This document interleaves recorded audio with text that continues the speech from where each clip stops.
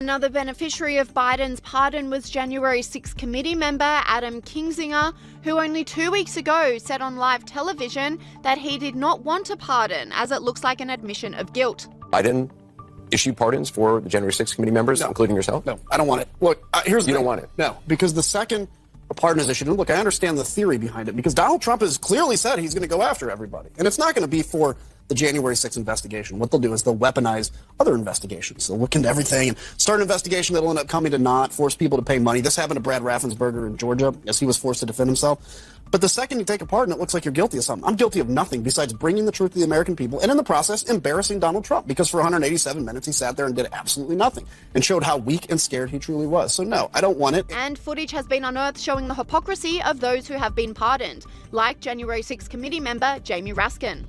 Well, the seeking of pardons is powerful demonstration of the consciousness of guilt, or at least the consciousness that you may be in trouble. And that's what's so shocking about this. Chuck Schumer was also exposed as a hypocrite after he blasted Donald Trump for potentially issuing preemptive pardons at the end of his last presidency. The president seems intent on filling each of his remaining days in office with petulance, grievance, self-interest. The president's reportedly asking his staff about whether he can President's reportedly asking his staff whether he can issue preemptive pardons for himself, his family members, Rudy Giuliani. There's a simple answer: no. No, Mr. President, that would be a gross abuse of the presidential pardon authority.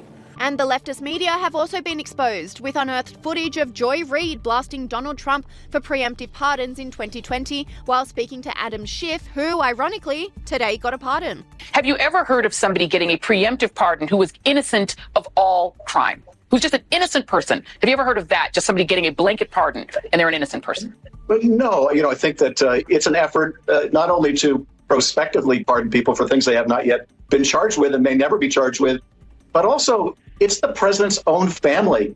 It's people that have been covering up for the president in addition to his own family. This is the nature of those the president has surrounded himself with, including his family. And that is, it's been essentially a den of thieves environment. And so I think the president views this as his way of trying to protect those that have protected him. Sky News host James Morrow has also come out today blasting Biden for the pardons, saying they are a great admission of wrongdoing. I want to get your thoughts on this final act from President Biden, which is to issue all these pardons. Fauci, Milley, J6, family members. I mean, he's throwing them everywhere. Okay, so this is, you had that moment in the speech when Donald Trump was there and he had Joe Biden off to his side there and he was talking about this corrupt system while Joe Biden had to just sit there. And boy, that was such an indictment of what Joe Biden